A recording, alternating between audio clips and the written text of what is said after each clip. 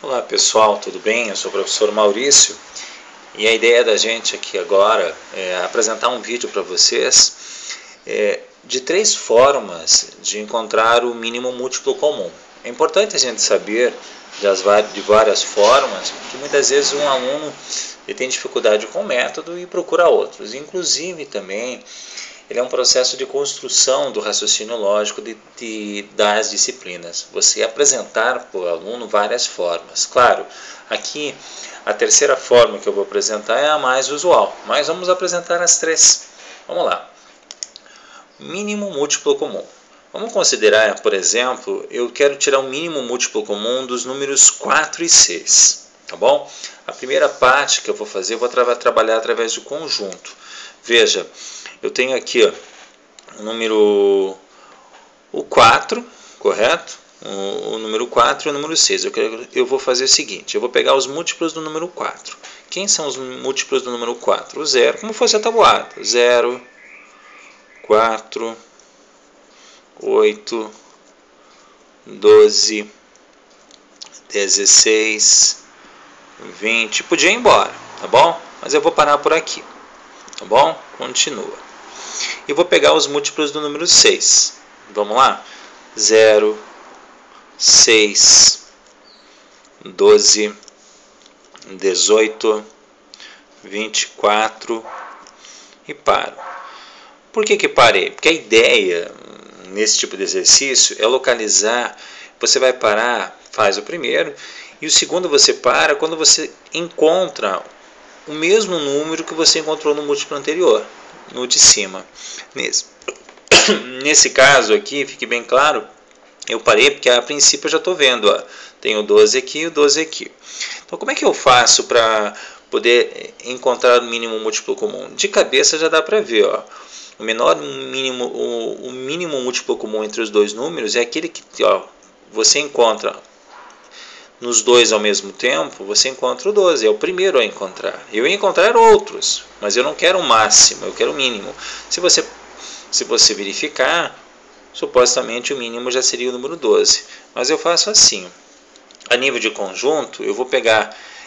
a gente obtém múltiplos fazendo a interseção dos conjuntos. Se eu fizer a interseção desses conjuntos, eu tenho aqui, primeiramente, eu tenho... Eu vou colocar aqui, olha, eu vou colocar aqui o 24 e segue, tá? Eu teria aqui, por exemplo, tenho 0, ok? Eu teria aqui o 12, eu teria aqui quem? O 24 e eu ia encontrar vários, correto? Mas quem que é o menor entre os dois? É o 12. Se eu colocasse através na forma de diagrama, eu encontraria aqui quem? Eu encontraria o 0, correto? Os elementos que eu vou colocar no meio, os que batem nos dois conjuntos ao mesmo tempo. Então, no primeiro eu tenho o 4, eu tenho o 8, correto? Eu tenho o 16, eu tenho o 20, tá? Ok? Olha, o 12, que é comum aos dois, eu ponho no meio, no centro, porque ele vai fazer parte da interseção dos conjuntos, correto? E eu vou colocar também aqui o 24, ok? No elementos, esses aqui são os elementos do conjunto dos múltiplos de 4. E aqui, os elementos dos múltiplos de 6, que seriam o 6, o 12 já está lá dentro, ele faz parte dos dois ao mesmo tempo, o 18 e o 24 também. Dos elementos que são comuns aos dois conjuntos, eu tenho o 12 sendo o menor, excluindo-se o 0. Quem é o elemento menor entre os dois? Excluindo-se o 0, é o 12. Logo, o MMC entre 4 e 6 é o número 12. Ok? Tá? Ou seja, fiz os múltiplos dos números, correto? Abri eles. Vou até quando? A ideia é tentar... Não precisa, se você fizer, os múltiplos de 4 são infinitos, ok? Então eu tento fazer ele até encontrar o mesmo elemento que repite-se no conjunto do outro múltiplo, né? No nosso caso aqui eu encontrei quem? O 12 de um lado e o 12 do outro. Para ficar mais visual, eu abri um pouquinho mais, fui até o 24. Ok?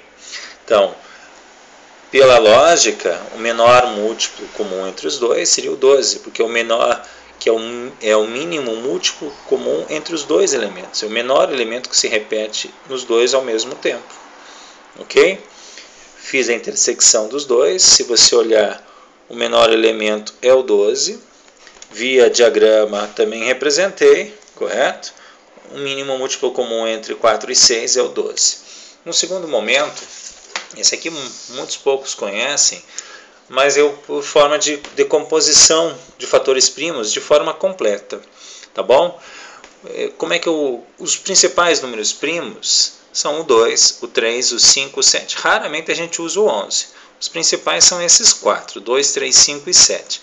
Tem o 11, tem o 13, tem o 17, vai embora. Não tem, são infinitos os números primos também, ok? Bem, e aí, o que eu faço? Eu coloco um 4, uma barrinha lateral, que a gente chama de barrinha de números primos. Ó, tá vendo? Eu coloquei os dois números, ok? E agora, o que eu faço? Agora eu vou fazer o seguinte. Eu vou fatorar esses números. Fatorar é como eu colocasse uma barra de divisão do lado e fosse fazer o seguinte. Ó, vou tentar dividir por os números primos, mas os primos em ordem crescente. Eu sempre tenho que tentar pelo primeiro primo disponível, ok?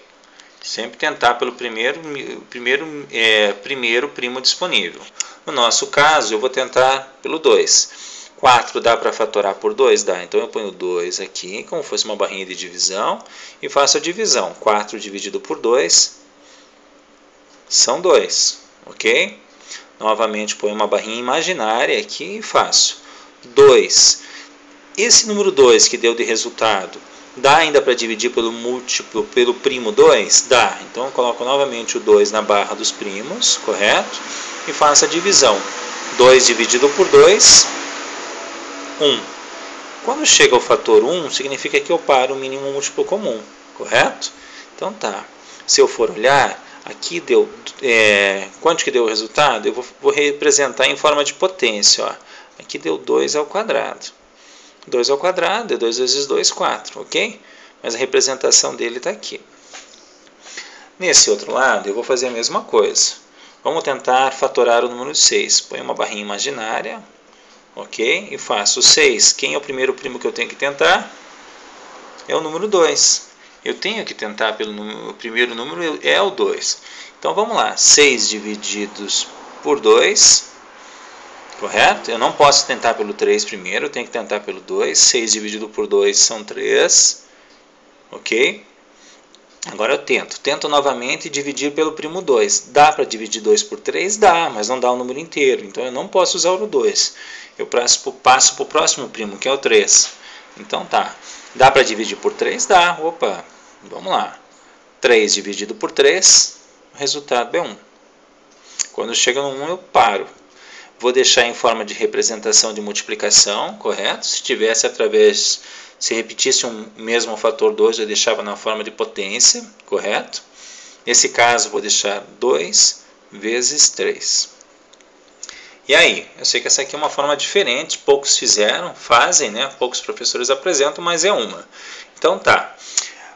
O MMC é o produto dos fatores comuns com os maiores expoentes. Como assim? Eu vou pegar aqui. Fator comum dos dois, dos dois múltiplos, o 4 e o 6, nós temos o 2, correto? Comum aos dois. Só que eu tenho, quem é o que tem o maior expoente? O 2 ao quadrado. Ok? Então, o fator comum do número 2 é o 2 ao quadrado. Eu não vou pegar o 2 elevado ao primeiro, ao expoente 1. Eu vou pegar o 2 elevado ao quadrado.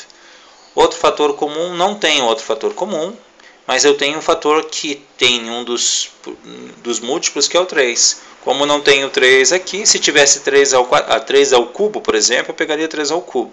Mas como não tem aqui, eu repito esse outro fator que sobrou. Na forma de representação eu teria 2 ao quadrado. 2 ao quadrado, que são 4, correto?